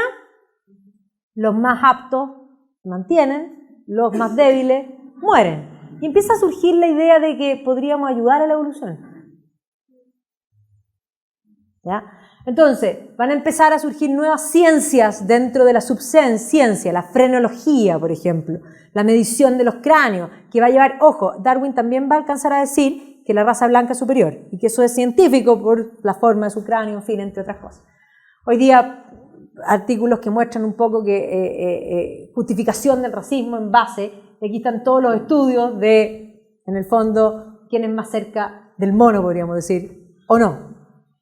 Y van a empezar a surgir algunos personajes, que me interesa ir hacia allá, John Tyndall, por ejemplo, que va a tomar la teoría de la evolución, va a tomar las teorías también de Huxley, de Spencer y de todo el grupo más radical, y va a ir a su cruzada personal de dividir la ciencia y fe, demostrar que la ciencia y fe son absolutamente incompatibles, ¿ya? Entonces Tyndall, en el fondo, va a basarse en eso. Y de hecho van a surgir dos libros, ojo, esto es Estados Unidos donde el darwinismo va a encontrar más enemigos y también donde va a encontrar los más acérrimos, en el fondo, podríamos decir, puntos radicales del darwinismo.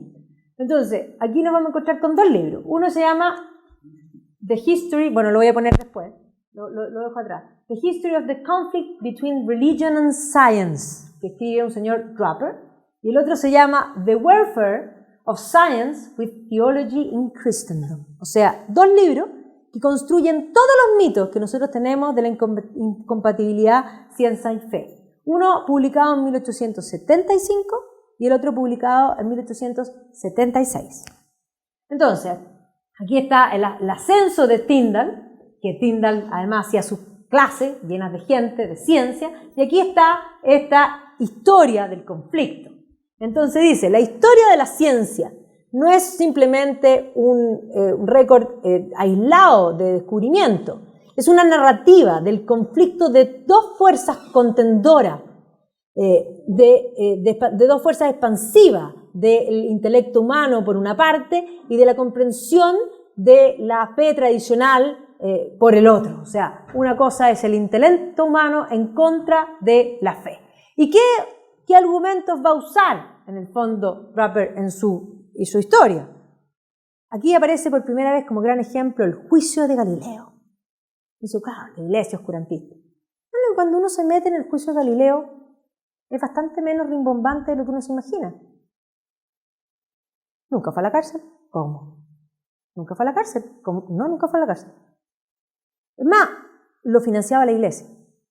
Y la iglesia le va a decir que puede enseñar, en el fondo, el heliocentrismo como una teoría, pero no como una verdad. Y eso es toda la condena que le hacen. ¿Cómo? Eso es todo, eso es todo.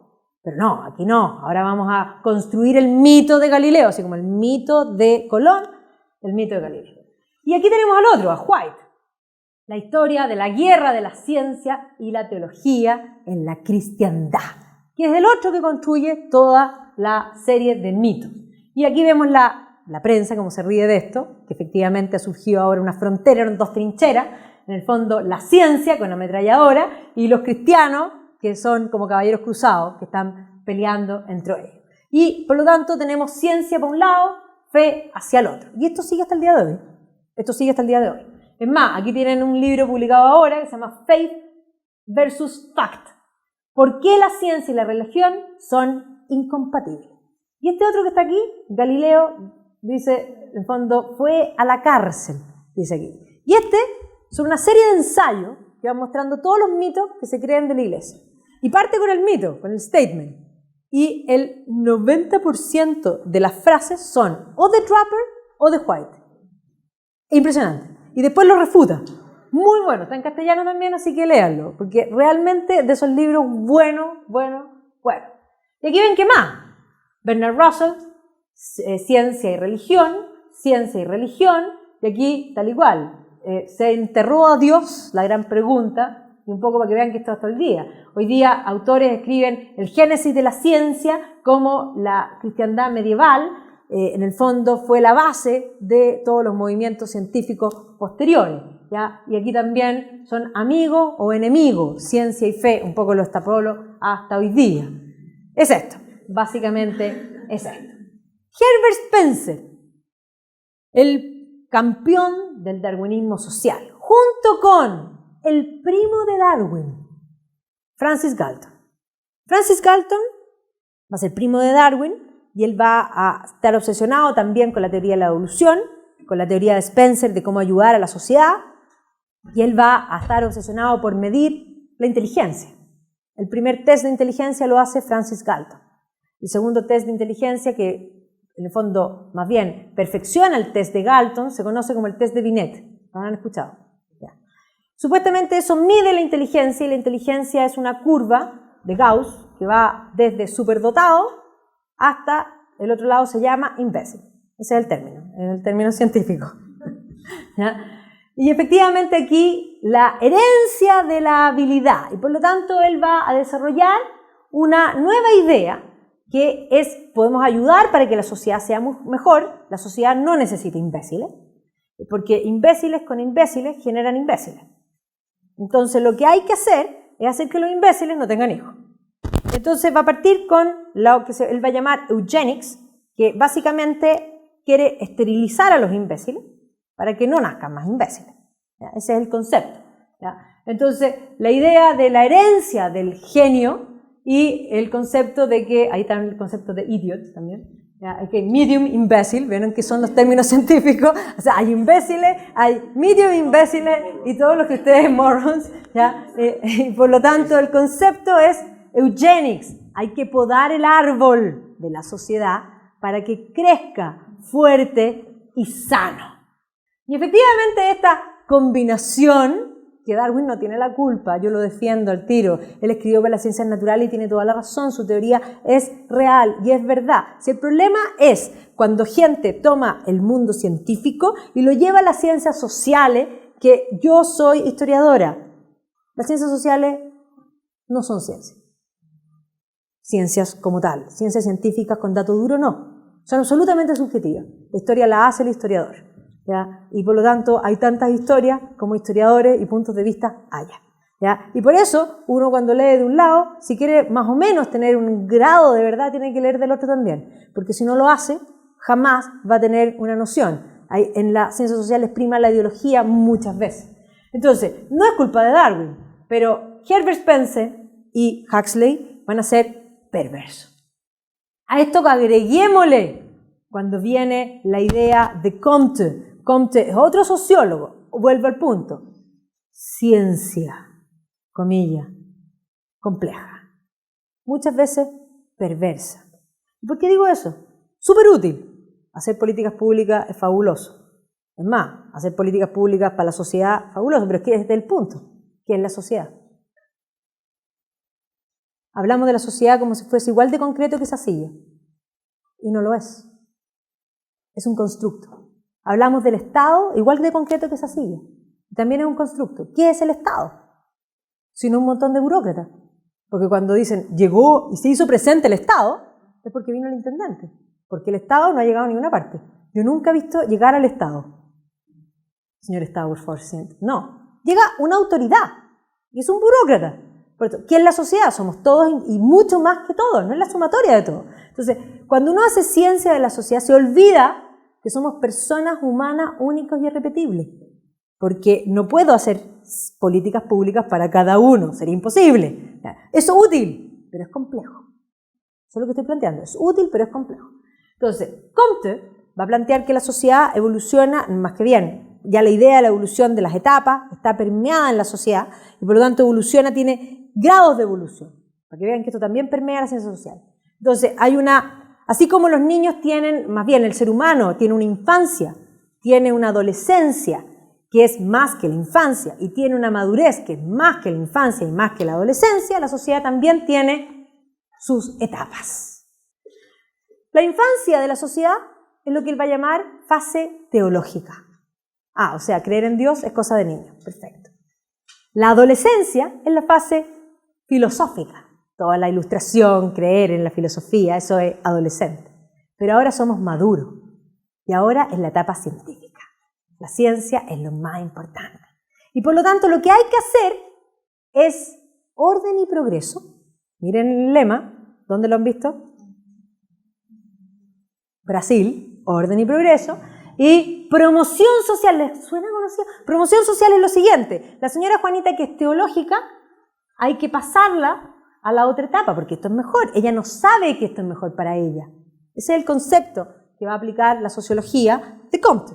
Entonces, la Harris Martineau va a traducir a Comte al inglés, y por lo tanto, mientras tanto, Darwin siguió escribiendo. Aquí están las expresiones de las emociones del hombre y el animal. Ya va a escribir su autobiografía, va a escribir la descendencia del hombre, donde va a tratar también, va a refutar con Huxley en muchos puntos. Le van a hacer una caricatura en Vanity Fair. Es más, esta es la época en que la Margaret Cameron le saca todas las fotos barbúas y por lo tanto se catapulta, porque la mayoría de las fotos que tiene son esas fotos que le sacaron ahí. ¿Ya? Y finalmente se va a morir en 1882. Aquí está la invitación, porque le van a hacer un funeral de Estado. Este es de los pocos que no son, en el fondo de la realeza, que tienen funeral de Estado, aparte, ¿no es cierto? Y lo van a enterrar en la Westminster Abbey. Aquí está el funeral, así que la procesión, y ahí está Charles Robert Darwin, 1809-1882, en Westminster Abbey. Le van a hacer homenaje, múltiple, van a poner estatuas, de todo. Ahora voy a entrar en los colaterales post-Darwin y voy a terminar en Darwin. Si a todo lo anterior le suman, en 1900 muere Nietzsche, el concepto de que ahora estamos llamados a ser superhombres, la eugenesia de Galton, el primo de Darwin, va a llevar a que esta idea se la compren todos. En Estados Unidos van a ser los más eugenésicos de todos. ¿Y qué es lo que hacían? Acuérdense, imbécil, imbécil genera imbécil. Hay que esterilizar a los imbéciles. Pero a los imbéciles no les podemos pedir permiso para esterilizarlos, porque son imbéciles, pues, entonces no saben. Por lo tanto, hay que esterilizarlos nomás. Y por lo tanto, se va a hacer una política de Estado de esterilizaciones masivas sin consultar a la población. ¿Ya? Así que esto se va a aplicar en montones de estados, van a estar felices. Ojo que esto está, Chile van a hacer cosas, van a estar en la misma las conversaciones. Acá hay un libro que se llama El roto chileno, que también pretende mejorar en el fondo la raza. En fin, y aquí ven en el fondo cómo las esterilizaciones y las cuentas públicas, hay un montón aquí de cuánto le cuesta al Estado, en fin, por lo tanto, este era un buen negocio porque así le iba a costar menos mantener a los enfermos también mentales, obvio, lógico. ¿Ya? Entonces, y es más, va a haber una discusión en Inglaterra si pasan una ley similar a la americana. Y aquí va a entrar en contra de esta ley G.K. Chesterton. Y G.K. Chesterton va a reclamar contra este concepto, porque además el concepto que se usa para autorizar una esterilización es mentes débiles. Él dice, ¿qué es una mente débil? Cualquiera puede ser una mente débil, porque mañana pueden ser los colorines. ¿Viste? Lo dije arbitrariamente. Te vi, me inspiraste. ¿ya? Mañana puede ser porque, no sé, los bajitos. Y pasado mañana puede ser lo que quieran. Por lo tanto, el concepto mente débil, dice Chesterton, es una arbitrariedad que permite muchas cosas. Estados Unidos va a ir pluralizando y cada vez va a tener más. Aquí tienen los Eugenics and Health Exhibit, como pueden ver en todas partes. Y el concepto era tal y cual. Es más, para casarse tenían que tener un permiso y los esterilizaban. Tal cual. Y aquí está todo el concepto que si le suman a esto, además las teorías de raza que también estaban imperando en el ambiente de hace rato y la frenología que pretendía ser una ciencia y que medía todos los cráneos, cuánto medían los hoyitos de la nariz, las cosas más insólitas que uno se puede imaginar, que pretendía ser ciencia, eso también pretende ser ciencia, ¿ya? Va a causar grandes, es más, va a ser la justificación para no ayudar, por ejemplo, en el caso de hambruna en la India, efectivamente, en las hambrunas de Bengala. O sea, el imperialismo, de alguna manera, de final del siglo XIX y comienzo del siglo XX, va a justificar muchas cosas. El test de coeficiente intelectual de Galton va a perfeccionarse por Binet y va a empezar a usarse para hacerles el test y determinar ahora estas mentes débiles. O sea, si te fue ya, no tenías ningún problema en las mediciones, pero saliste mal, te esterilizo también porque entonces no puede ser. Entonces aquí vemos que las medidas supuestamente medían habilidades, suponían futuro. Esto era para lograr, esta gente tiene súper buenas intenciones, quiere una mejor sociedad, que produzca más, que tenga un PIB mayor, ¿ya?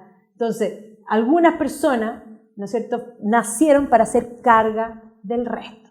Es más, personajes importantes como Bernard Shaw están en la vereda de los Eugenics, mientras G.K. Chesterton va a estar en contra. Esto mismo, idem, copy-paste, justifica al Tercer Reich, cuando Goebbels establece lo mismo, Neues Volk, 60.000 marcos le cuesta a usted de su bolsillo mantener a los enfermos mentales.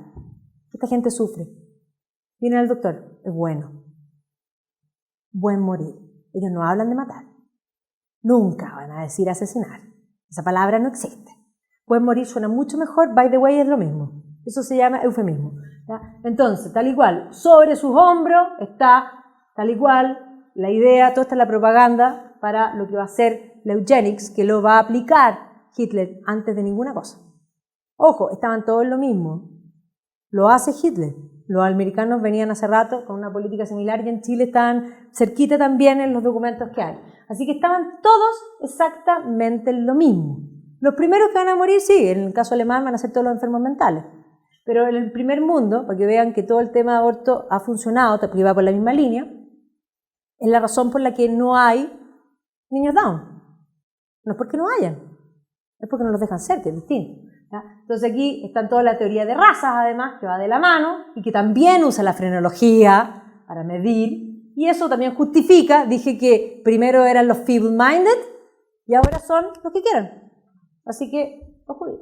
Y eso justifica lo injustificable. Y por eso, miren aquí este meme. Tal y cual.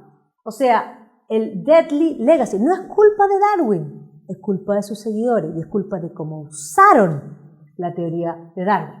Es más, después de la guerra, Aldous Huxley escribe El mundo feliz, donde además la idea es la manipulación genética y tenemos individuos alfa, beta, gamma, delta, ¿no es cierto?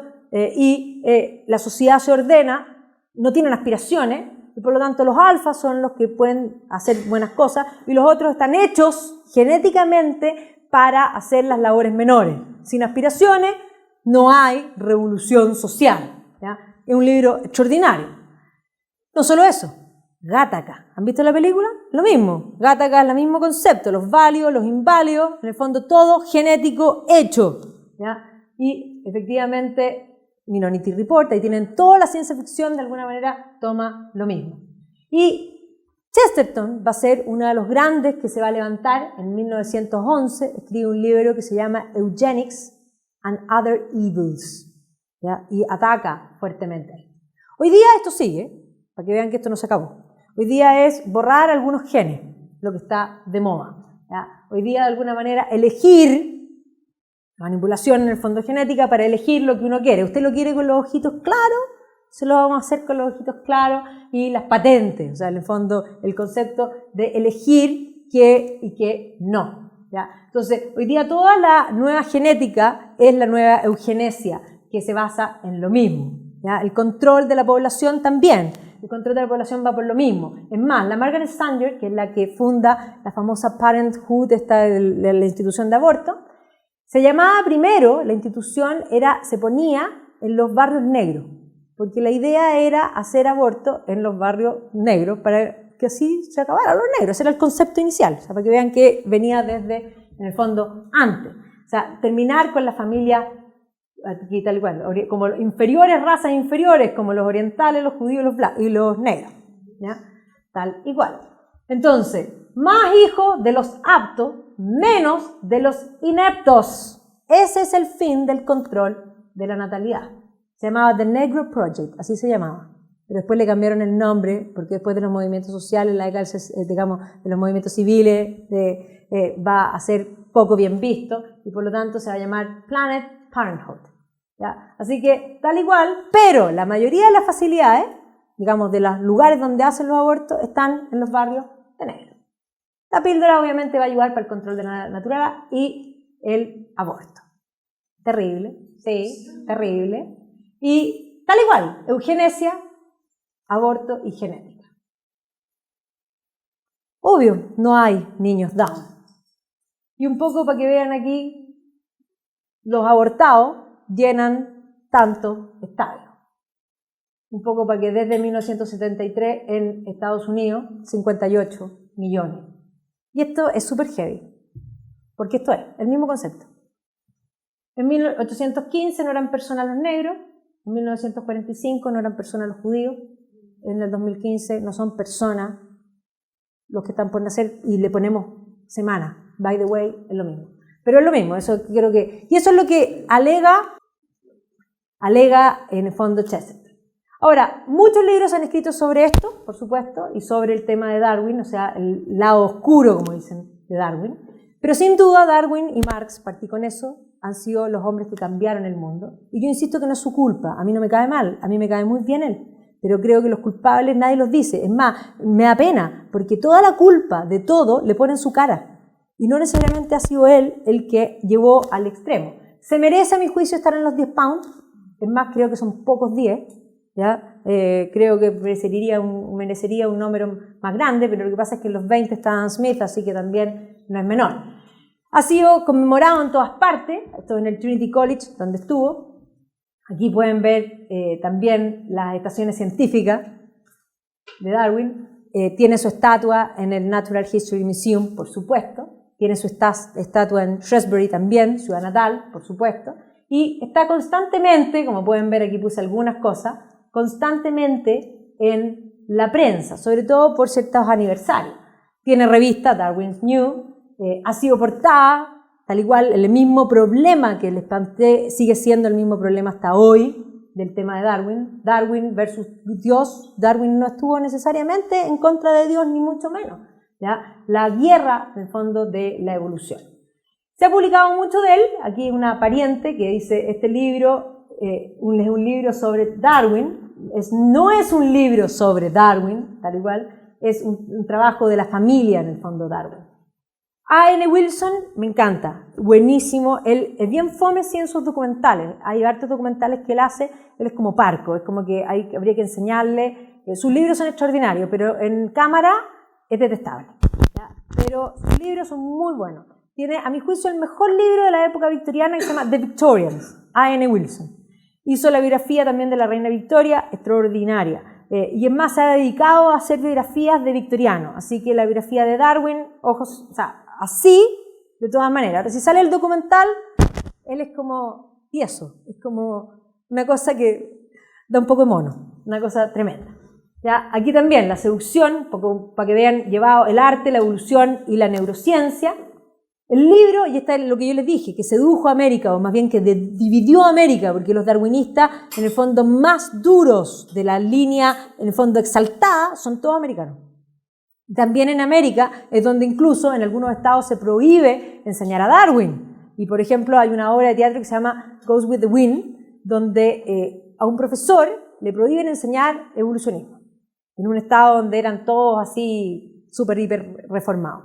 Y entonces hay un juicio, y en el juicio llega un abogado súper importante a defenderlo, pero no lo dejan usar nada más que para defender al profesor que la Biblia. Y gana el juicio. ¿Ya? Y eso que es una historia real, está hecho también obra de teatro. Yo tuve el privilegio de ver la obra de teatro en Londres con el abogado defensor Kevin Spacey. Tengo palabras para decir lo que fue eso. Así que efectivamente sí. También de la vida personal, Charles y Emma, Darwin's Faith. Y por eso mismo, este es un libro que es de ahora, debating, o sea, discutiendo a Darwin. La evolución, en el fondo, muchos libros actuales, una peligrosa idea en el sentido que ya lo mostramos, pero tal y cual, y libros que tratan de conciliar la teoría. O sea, Dios después de Darwin, en el fondo, releyendo la Biblia después de Darwin, no es literal, cosa que los católicos dirían nunca lo fue, pero desde la Reforma sí lo fue. Y ojo, aquí otra cosa, otra visión de la teoría darwinista en economía. Bueno, la sobrevivencia del más apto. Por lo tanto, Herbert Spencer era contrario de cualquier ayuda social, porque él consideraba que eso entorpecía la selección natural, porque los pobres se tienen que morir de hambre. Eso decía Herbert Spencer. Ojo, ahí hay otra línea. ¿Ya? ¿Por qué importa Darwin? Bueno, por 1000 razones. ¿Ya? En Chile también se ha publicado, esto se publicó acá, sobre todo por el viaje de Darwin, o sea, en el fondo el evolucionismo en Chile desde la época, Raúl Fischer ha sido de los principales, él también es de la línea un poco más, y ahí está hablando sobre el terremoto y el tsunami. Y película, Creation, véanla porque es extraordinaria, el año que se celebraba Darwin salieron varias más, ahí está la Darkest Hour, que es el momento en que decide publicar y que se pelea con la señora, se le muere la hija. Esta es una serie de varios capítulos. Ahora que estamos a modo serie, hay que puro buscarla. ¿Ya? No la tengo. ¿Ya? La completa serie, que además se ganó varios BAFTA, así que hay que buscarla. Documentales, muchísimos. Es más, hay varios que están en YouTube disponibles. La mayoría son de las posiciones más exaltadas. Hay que tenerlo eso también en cuenta, pero eso no implica, yo insisto, siempre hay que ver y leer de todo. ¿Ya? Así que también hay. Y también sobre el mismo tema, estos son documentales que han ido saliendo. La próxima semana, en este mismo canal, a esta misma hora, no soy yo, es la Rosita Larraín y es el turno de los papas del siglo. Así que van a entrar en todo el tema de la cuestión social, la renovaron en la encíclica de fondo social de la Iglesia. Así que espero que no se hayan aburrido, haberlos entretenido. Si me alargué, perdonen, pero yo no podía dejar hasta la muerte de Darwin, porque esto tiene un colateral. ¿Por qué es polémico? Esa es la razón por qué es polémico. Porque Darwin no miente, es verdad, las especies evolucionan y tiene toda la razón cómo evolucionan. Aquí el gran punto es, si eso es contra la religión, y ahí viene el punto, contra la Iglesia Católica no necesariamente. Contra la Iglesia Reformada es complicado, porque si la Biblia es literal y Dios creó en 7 días, son 1, 2, 3, 4, 5, 6, 7. Por lo tanto, que la Tierra tenga esos millones de años es mentira, súper simple, porque la Biblia no miente. Ya, se apartamos por ahí. Entonces eso ya genera un conflicto. Y entendamos que hay partes interesadas en destruir a la Iglesia como un poder que lo van a llevar a un punto tal que van a estirar la teoría con tal de deshacerse de la Iglesia que van a provocar un daño tremendo. Y que sí, son culpables de muchas cosas, incluido el Holocausto.